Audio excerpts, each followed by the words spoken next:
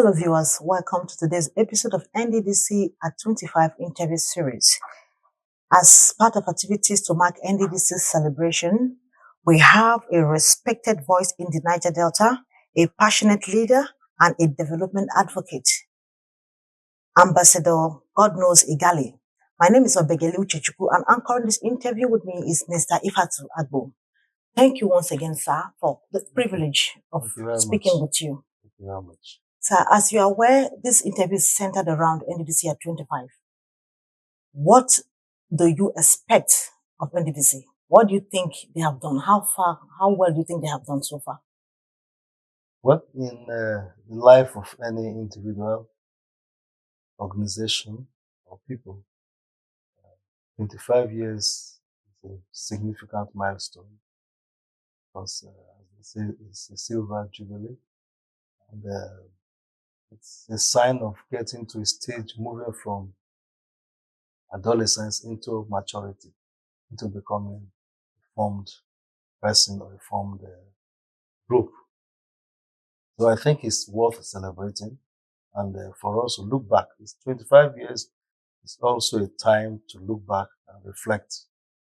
And on behalf of the people, all the people of the Niger Delta, which the Pan-Niger Delta Forum as the apex socio-political cultural organization,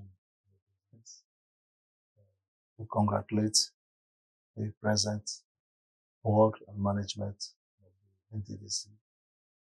And also congratulate all those who have at various times had to steer the ship of this landmark organization.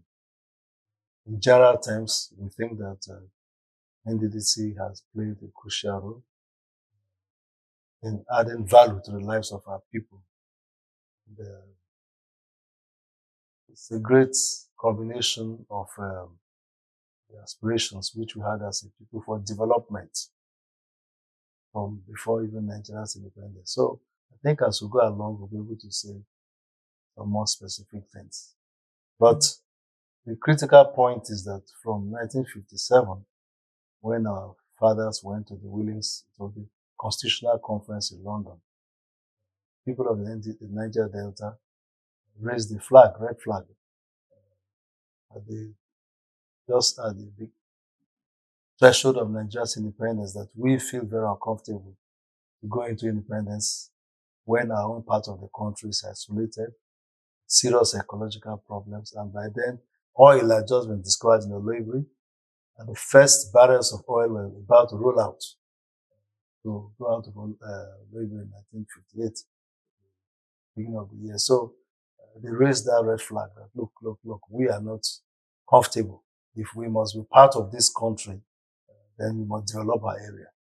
So NDDC is a total realization of those foundational aspirations of Chief Pepper, his colleagues that went with him to that constitutional conference that led to the Williams Commission. And later oil became a major thing in Nigeria. And then we began to see the good and the bad of oil. We started to demand for more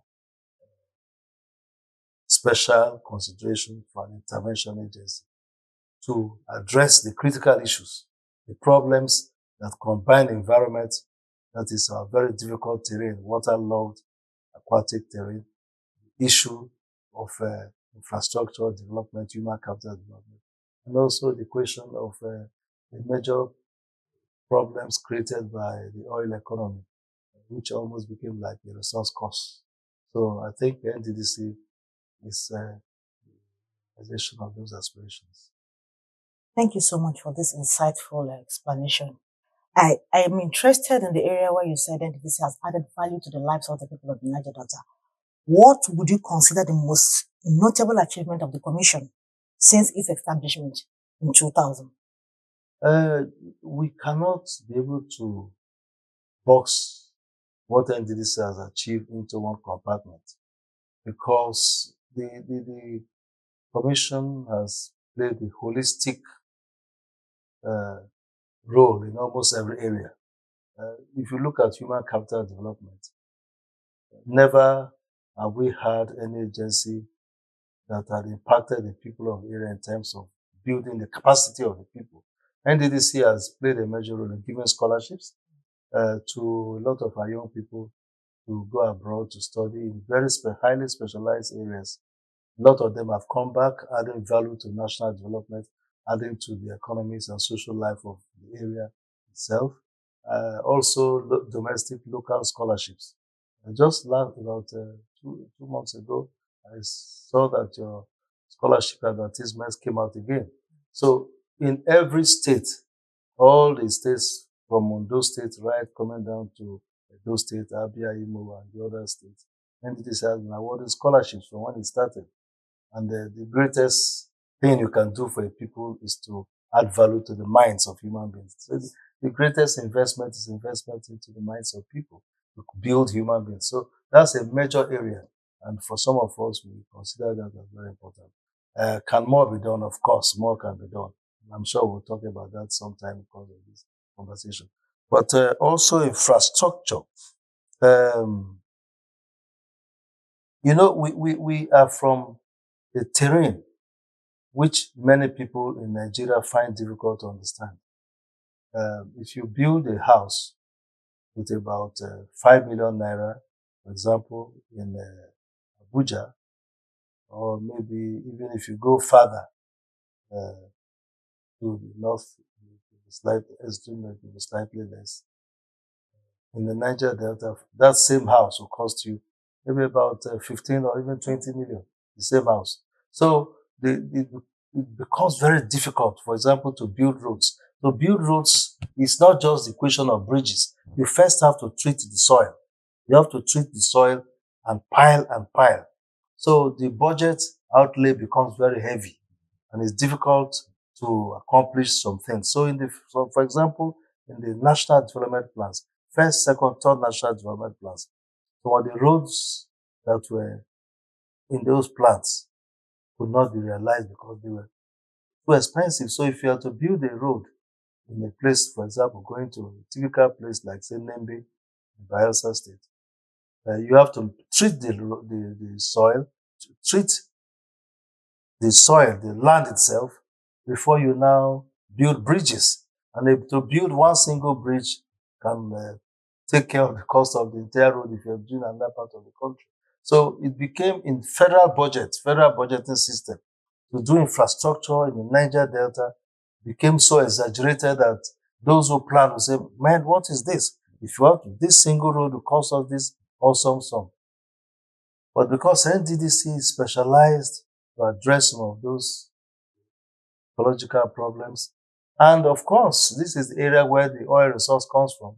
So NDDC has been able to give back in terms of playing a critical role in making sure that some of these roads are built. I give you a typical example. When I was secretary to Bayelsa State government, when the Yenagua Nimbe road was conceptualized, and the road could not move forward, and the Bayelsa State government struggled until we were able to bring NDDC and Shell into the project, and the road became completed. So a place like Nimbe, which people thought would not have a road for the next 100 years, today you drive to Nimbe and come out. And this you can give examples in Akwa Ibom, in Delta, in the River State, and in all the states. So in terms of infrastructure, road infrastructure, connectivity, NDDC has really tried. And like I said, because NDDC is specialized for this particular area. And if this was not done, then you would have realized that the oil economy would not have the easy flow, because people now began to challenge, wait a minute, we produce this oil, yet we don't see the infrastructure in other areas. But because this is a specialized intervention agency, this is why we remind people all the time. That aspect has helped. And this brings me to the other point, the stabilization role of NDDC. Stabilization. NDDC came out as a child of necessity. When the youth from Niger Delta came to Abuja towards the end of military rule, they never knew that something like that was possible. So when they came, for this 1 million man march. And they saw, some of them thought they were in a dream. They went back home, and this raised the specter of agitation. Whoa, this whole city from forest was built with our money. Okay, we also want the same thing back home. So by the time President Obasanjo took over, the area was in crisis, and he had to come down to Port Harcourt to address the youth. And this started the process towards legislation to bring about NDDC. And there was a need to have this agency to provide what was so heavy, as I said earlier, to be contained in this normal federal budget, but through dedicated funds from the federal government, from the oil companies, and also from the states, to be able to galvanize, to be able to bring forward development to the area, and thereby stop the specter of agitation and violence. So the oil can flow and flow. We can baby drill and drill and drill and support the national economy. So this stabilization role of NDDC has helped, and also addressing the specific area, not just of education, but of the youth, needs of the youth. And that's why the youth department of NDDC, from our observation and assessment, is the most effective youth department in any part of the country in terms of giving vocational training to a lot of young people, so they're able to have a means of livelihood, and then their eyes will take away from any disruptive activities that will affect the national economy. So people sometimes don't understand when an organization like NDDC exists to stabilize, so the country can have money flowing into the country.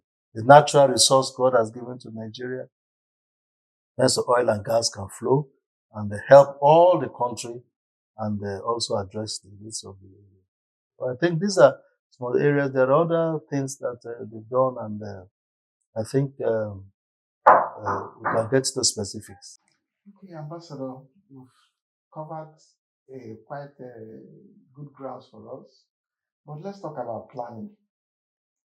The planning for projects and programs, we need a master plan. And the NDDC master plan has expired in 2020.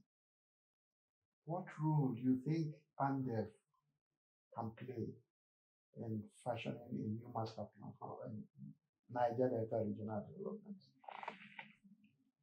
Thank you. I think one of the best things that the founding fathers of NDDC did, when I mean founding fathers, the generation of Onyema, Ugochukwu and co, did with Omeni and all the rest that came shortly after them, and those that came. That was the fact that there was a focus on getting it right by proper perspective, long-term planning. And the countries that have achieved greatest level of development at various times have to do disciplined planning. And I think that's one of the bins of Nigeria's development. You don't plan. Like Professor said, it's like a journey without a map. You are moving without having a direct of where you are going to. So the NDDC, the founding fathers brought in, worked with various organizations, the GT, the Germans, and different development partners, and came up with a plan. I don't think that we have been very committed to following the plans, and I think we need to go back to those plans. If the funding of the NDDC had been as anticipated and as entrenched in the law, and all the funds, because still a lot of money is owed to NDDC, which is totally unacceptable. Because if you don't release money to an organization that is due to be, then it cannot do what it has to do when it has to do it. And so if all that were released and on time and the plans were followed, then it would have been good. Well, unfortunately, the plans were not followed all the time. Even the leadership was not structured as in the law. So many times there were interim leaderships, sole administrators, and So because of that, some of the items in the plans could not be realized. And at certain times, people were bothered that NDDC were doing some things that were not long-term as in the plan.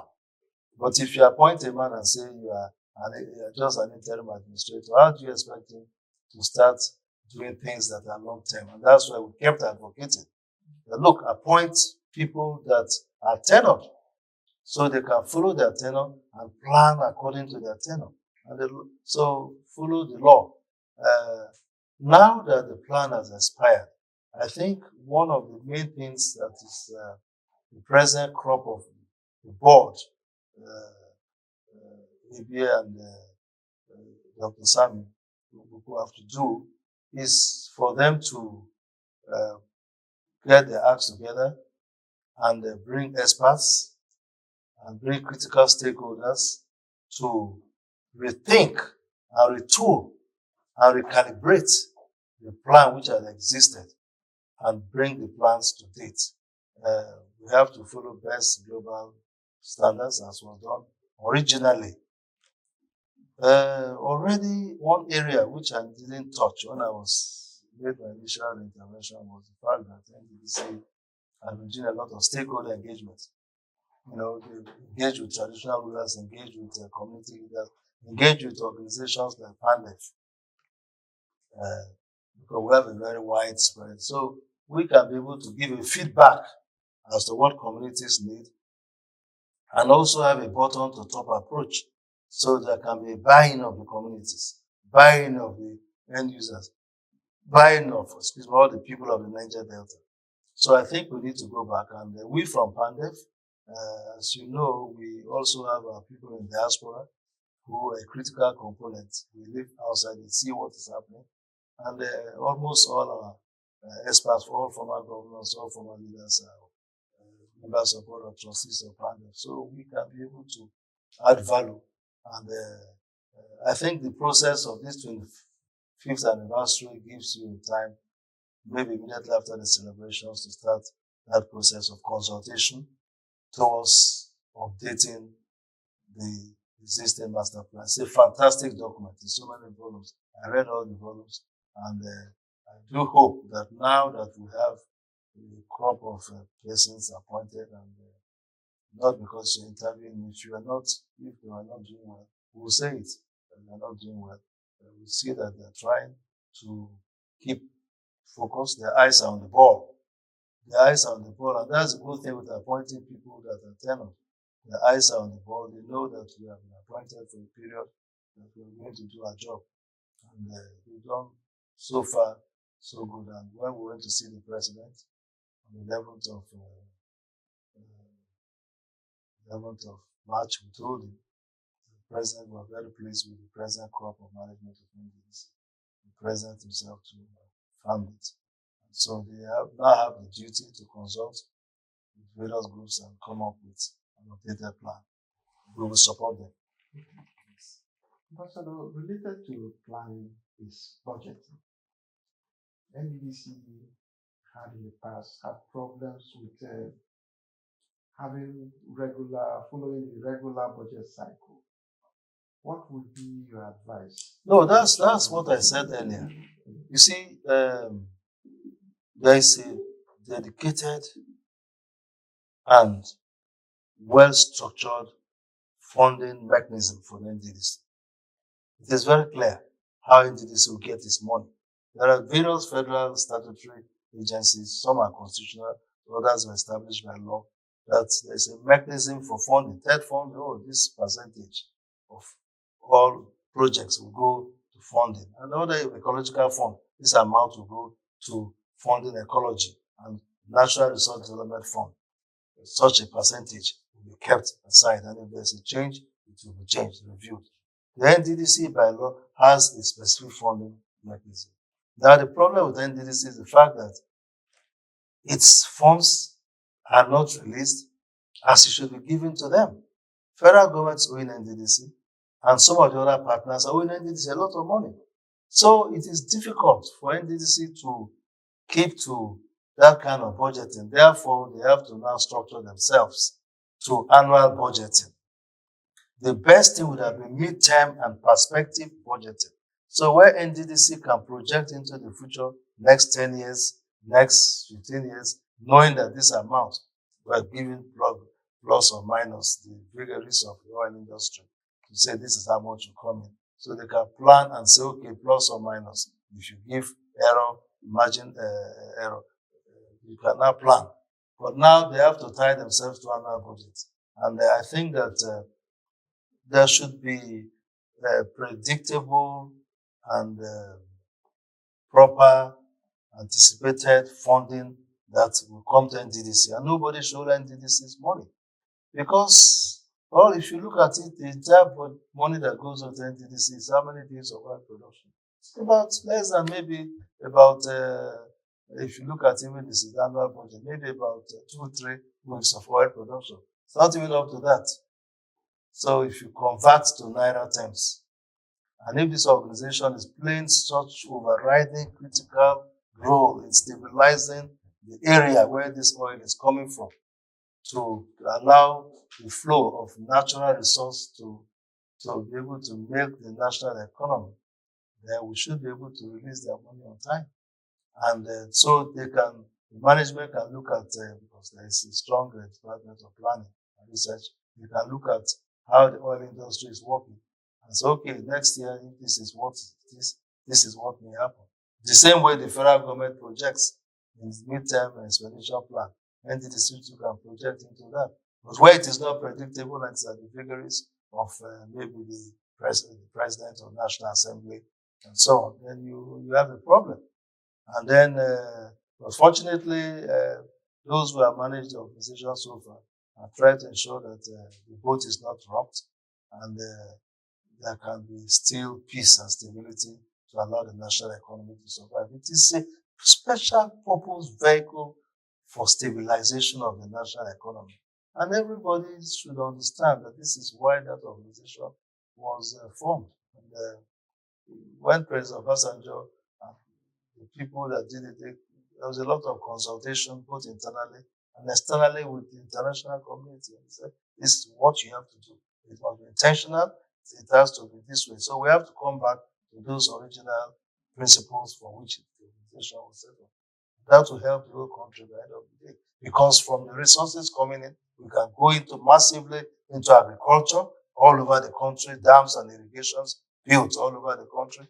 From the money coming from oil, we can go into the urban renewal in so many federal capitals, state capitals in the country, go into solid minerals and so on. But if that stabilization role of NDDC is not there, a lot of the overall spread effect on the national economy will not be there. So those who are doing the planning of the economy and those who release money should know that this is a stabilization vehicle. And the money of the organization should be released. And then appointments should be as specified in the law. This appointing people to the interim, the past few years was very bad. We almost had a period of 8 years for which there was no specific person running the organization. Everybody knows that can be removed at any minute without just by like that. So that's not very good for an intervention organization. It must have people who have dedicated tenures so they can plan ahead during the period of the tenure. You know that, okay, 4, 5, 6 roads I can do and finish. You cannot take 20 roads because you know you cannot finish them. Because the next person who comes will want to start his own project. So those who are there can now dedicate themselves to what is predictable. And then those long-term things that are in the medium-term and perspective plan can come on. But if you now appoint somebody and the man does not even know how long he will stay. But there was a time it was like every 6 months, somebody was being changed. And it was like a circus. All right. Thank you so much, sir. We've spoken about how the role PANDEF can play in NDDC's regional development master plan. Yes. What other role can PANDEF play in ensuring that development gets to everyone in the Niger Delta region? No, in collaboration with NDDC. Well, what we do, is the ball is in the two sides. You play ping pong. We have a good consultative role. I have not been too long in terms of I've been in this background. But I know that we have good relationship, and what we do is we work closely with the various ethnic nationalities, the traditional rulers, the political leaders, former governors, former senators, former ministers, the elder statesmen of the region. We work also with the economic leaders, for example, the national economy. And many people may not realize that's a critical Niger Delta role. A lot of the big banks are owned by our people. And the media, mass media, AIT, channels, Arise, all of them are owned by Niger Delta people. That's true. And we are very close to all of them. So through these areas, and we consult with them always, so we're able to get the feel of what our people want. Yeah. And then we also have a youth department, which is coming up. They deal with the youth leaders of, for example, the head of our youth department deals with the head of Shekiri Youth, head of Ikwere Youth, head of Youth, head of Joy Youth. They deal with all those at those levels, so they can aggregate the thoughts of the various groups. And so at those levels, we can be able to make impact to ensure that our people are ready for development. You see, people must be ready for development. This idea of insisting that you must disrupt government business is an anathema, it's anachronistic, it's something of the past. And this is the kind of thing we try to help NDDC to do. When we see that there are such problems, we help to intervene by going to call the people concerned to create the right environment. And also, I come back to the oil industry. Yeah. The oil industry is in the Niger Delta. NDDC is playing a role in stabilizing. So we have to support NDDC by our regular interaction with all these various groups and carrying out a campaign and interaction, engagement at the civic level, at the ordinary level. So those are areas that we can support NDDC in doing this work. And for example, recently we had wild, I don't know from where it came, where people, it became like an obsession. Every day it's, NDDC, ND must go, chairman must go. And then we had to go to Warri. We called all youth leaders from the area to Warri and say, hey, stop that. Why do they have to go? Well, okay, they should go, they should come and see us. We said, no. Look, we can't encourage NDDC. And that was when there was this youth entrepreneurship program. Mm-hmm. Engage yourself and see how they can help you.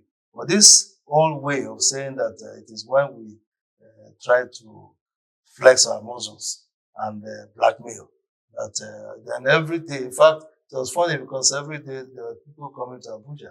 And of course, it's political because there are people that if you know, this seat is one and only one person can sit. So if you try to push me out, somebody else will come. And I remember there was a day when Papa was alive, that's Chief Edwin. I was sitting with him. Then somebody walked in with some drinks, a very prominent person. And he said that they came to see you. And I should excuse him. He said, no, this man knows everything that happens around him. Say what you want to say. The man said. He said, no, then go with your drinks. So the man said, no, he's my friend. He said, then talk. He said, well, Daddy, I'm interested in that office of the MD of NDDC. He said, but there's somebody there. I said, stand over and said, we are hearing that they will so remove him. And I've gone to see NSA, I've gone to see this person, I've gone to see this person. And the man, of course, Papa, I said, get out of my house! Get out of my house! Somebody is there, you come to tell me, to give me drinks. Has he finished his tenure? You say you are relying on rumor. But what I'm saying is, these are rules, things we try to enlighten people. That disrupting what happens does not help anybody. So we try to engage people to make sure that if NDDC is not doing right, we tell the people in NDDC. And we encourage that kind of constructive engagement. But when it's wild and disruptive, we tell our people in the Niger Delta. And also to bring ideas, good ideas, to help the NDDC, give them ideas. So this is the area we should focus. And that's why one of the areas I encourage NDDC, these engagements should continue. You have to engage people. You don't bring things and breathe down on people. There must be, the feedback mechanism. Maybe you need to improve on that. Get more feedback. What are we doing? Are we doing right? What areas do we need to focus on? Yeah, I think that will help. This is very, very insightful. Thank you so much, sir. Speaking about youth restiveness, Yes. how would you assess NDDC's performance in youth empowerment programs? Well, I think that a lot of work has been done.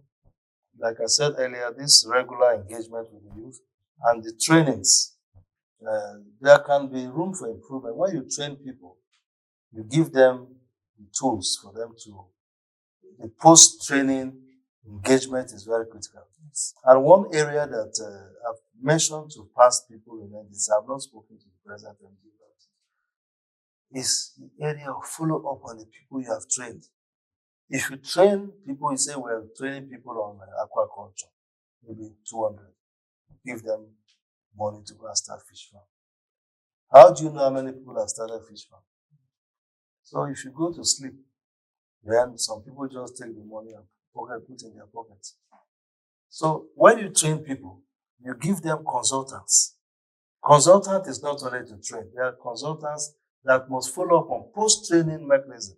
I give you an example. There's a young man that benefited from NDDC and opened a laundry shop. And one of the days I was in Niger, somebody took my clothes and said, Daddy, there's a new laundry man. So he carried my clothes. The clothes came back very good after 2 days. So the next day I was excited and they took all the cottons in the house. He said, take all of them there, go and do them. How many days to come out after 3 days? After a week, they were not out. And they kept going every day. The man was not there. And now came when they got him, so oh, my grandmother, my this, my that. Now, such a man does not realize that in business you don't do that. So there's a need for consultants to follow up on people. When some have problems, they don't know how to solve the problems. And they get frustrated, maybe with banking institutions and the staffing problems and so on. So I think NDDC has to, in their youth engagement programs, when you train, you follow up. When you train, you follow up. That is very important. That money you spend by getting a consultant to be following up on people, especially the initial stage of takeoff of any business. First year, it's very stormy. Almost nobody makes profit in the first year. Somebody must help people to solve problems. And that somebody is not the in-law, it's not the neighbor. He's an expert in following up in training. I think that's quite important. But sometimes you train, you don't give anything at all. No, if you train, you must give. Don't just train a man to be a welder. Rather, have a department that places people on job. That's why this internship program with the MD has introduced. I told him one of the most fantastic things he's done. You train, give them people the capacity to be able to become employable. Yes, so become employable. So they are working in somebody's company, but you are the one paying for it. So they get job experience, work experience, which they can now apply somewhere. And there must be also be a department in NDDC that helps people to get jobs. There are jobs every day available. Today, I had a meeting with Dangote. I went to visit him. And I was there were a lot of young people. And I said, why? I said, why are the young people? So, I'm trying to recruit some young people. I said, where are they from? Only the few young people from Niger Delta, well, those that live here in Lagos, that are, So, there's a lot of opportunities out there that people in those creeks and the Niger Delta don't know about. So, there must be a department in NDDC that knows when Shell is recruiting. Even this federal government recruitment that just the advertisements closed. A lot of Niger Delta young people did not apply. They did not even know about it because they are in places where. So that's in terms of youth empowerment. There should be a department that deals with trying to place people in jobs, placing people in jobs. You are monitoring here, you're monitoring Abuja, you're monitoring Lagos, and when you is those young people you've trained and you train and you train. Help them to get jobs. And those that want to do business, like I've said earlier, give them the tools to do their business. Another question. Still talking about empowerment. Yes. The NDDC facilitated the establishment of the Niger Delta Chamber of Commerce. Yes. What are your thoughts on this new initiative? No, it's very important, and those that create jobs is not government. Jobs can be more created by the private sector. And for each private sector person that you support, you are supporting so many of them that will come up after him. So it will be important that the business community, NDDC, has a dedicated fund to help to support existing small businesses to grow and new businesses. I give you an example without sounding modest. When President Jonathan was governor, I was secretary to Bayelsa State government. And we realized that whenever we have activities, from about 3 p.m., everybody wants to leave Yenagoa and run away to Port Harcourt. So one day, the then governor, we sat down and we said, well, this thing we must stop. And we had so many mushroom hotels, hotels that maybe 1 star or even no star at all. And we discussed and they approved that, okay, let us now give the hotels some 30 million, some 50 million, 1 or 2 of them, 100 million. Grant. Not, if you say come and take a loan, they will not take it. Grant, because we knew that there will be a good return on the state, the economy of the state, return on investment coming back to the state. And after about the idea was to prop up the hotel. And we had a commissioner who was to go around to check that they were using the money. And today those hotels have grown and even built other hotels. But within a short period, we saw that these young hotels that were helped all came up and people were no longer going. At least some middle-level people could manage to stay because the state capital now had the hotels people could stay. And it went also to a few musicians at the time from Bayelsa State who were going to music. The main thing they needed were equipment. To hire an equipment to perform. By the time you finish your performance, it's gone by paying for the equipment. And we gave them grants. I don't want to call names, but some of them are today, 2, 3 of them are big national stars. They got money from the state government. Okay, go and buy equipment. What's your problem? My equipment are 20 million. Go and sign for 20 million. And they were now doing their shows, and 1 or 2 of them, it's like when you scatter like that, not everybody will succeed, but some will succeed. And those few that succeed will now be able to impact others.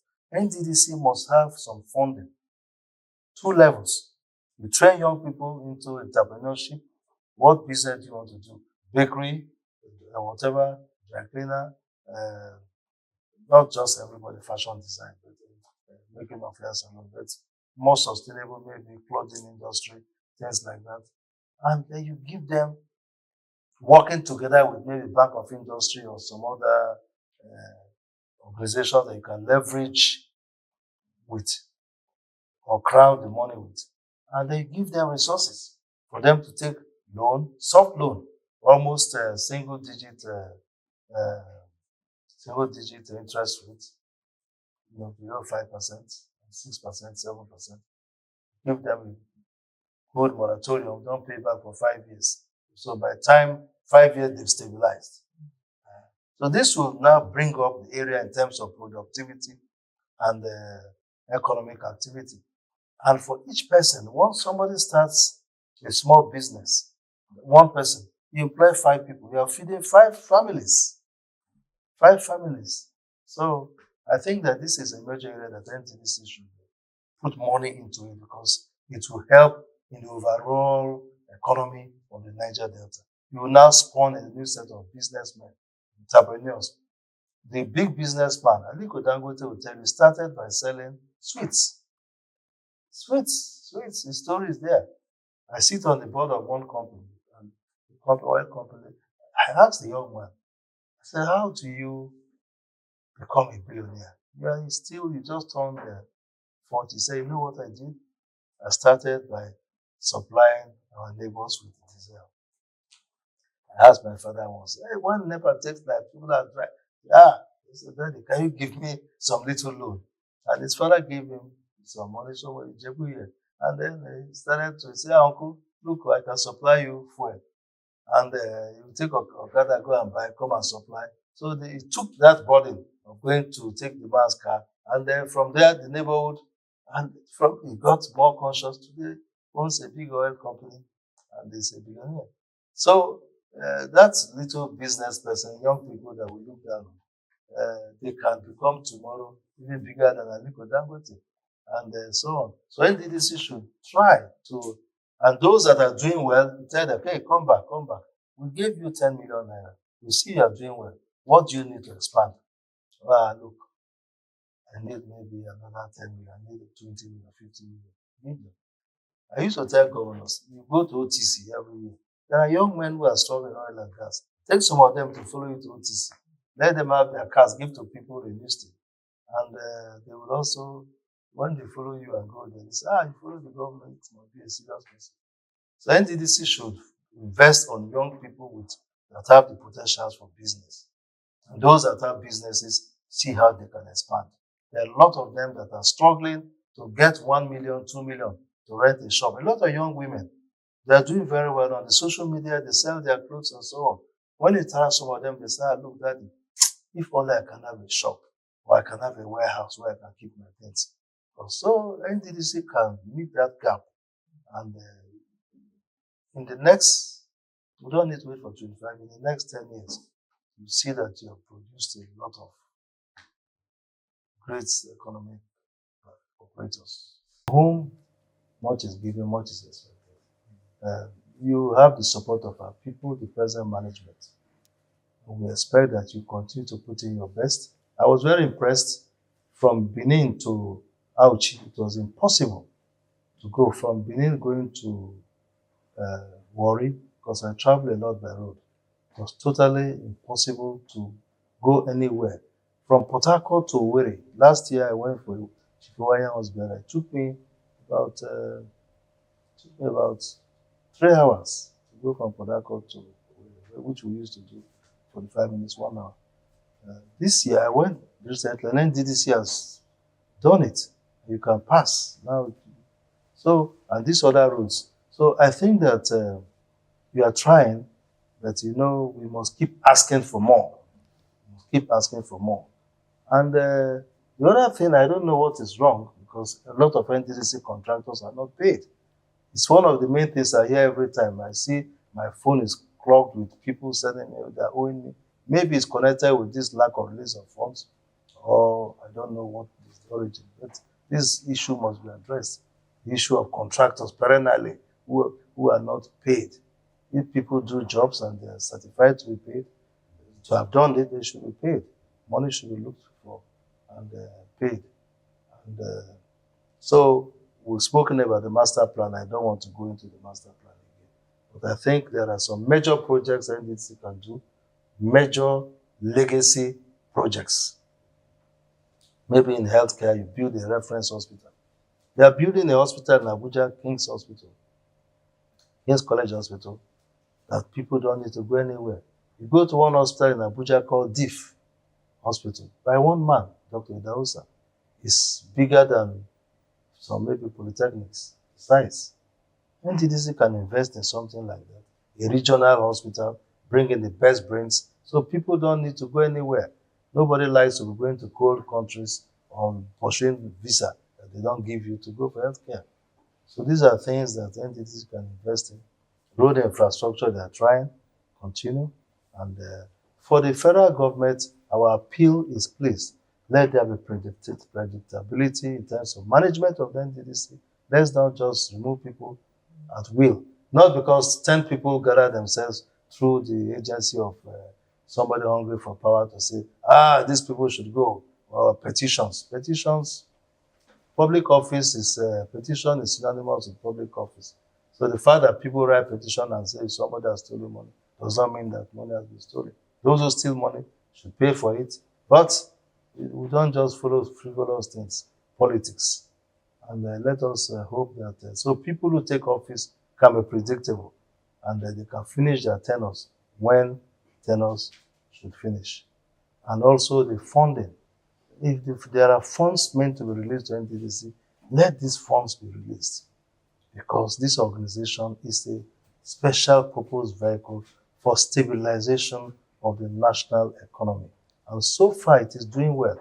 Oil production at certain times went to 500,000 barrels, 700,000 barrels, 800,000 barrels. Now we are doing at about 2 million barrels. And I think there are other factors, yes, community issue, security role, community role, but then the issue of engaging the youth, which is NDDC's main turf, plays a major role. Because if these youth are allowed to be on the street without being engaged, then there will be a lot of disruptions in the system. And so if they are playing this major role, then they should be supported. For we, the communities, well, what we tell our people is be vigilant. If NDDC is not doing well, let us, in a constructive manner, point it out. If you can't tell them, come to people like us. We'll tell them that you are wrong to their faces. These are our younger brothers. We'll tell them you are wrong. They are our children. You can't do this and go free. We'll be the people to petition against them and bring the law against them. But don't just go and block the road. Don't go about disrupting. Let's cooperate and work together as a region and make the Niger Delta to be the El Dorado that God has meant for us. And I think we, the people of Niger Delta, working together with NDDC, the next 25 years, by the time we get there, the Niger Delta will be more than what Lagos is today. If you came in the afternoon, you would have seen that this hotel is standing on the lagoon, and working together with NDDC and the various state governments, we get there. Thank you so much, viewers, for being with us. You have heard from Ambassador Godknows Igali about the challenges and achievements of NDDC and the Niger Delta region. Thank you for staying with us. We'll see you on our next episode. Once more, on this occasion of your 25 years, we say congratulations, and we wish you more hard work. Thank you, sir. Thank you so much.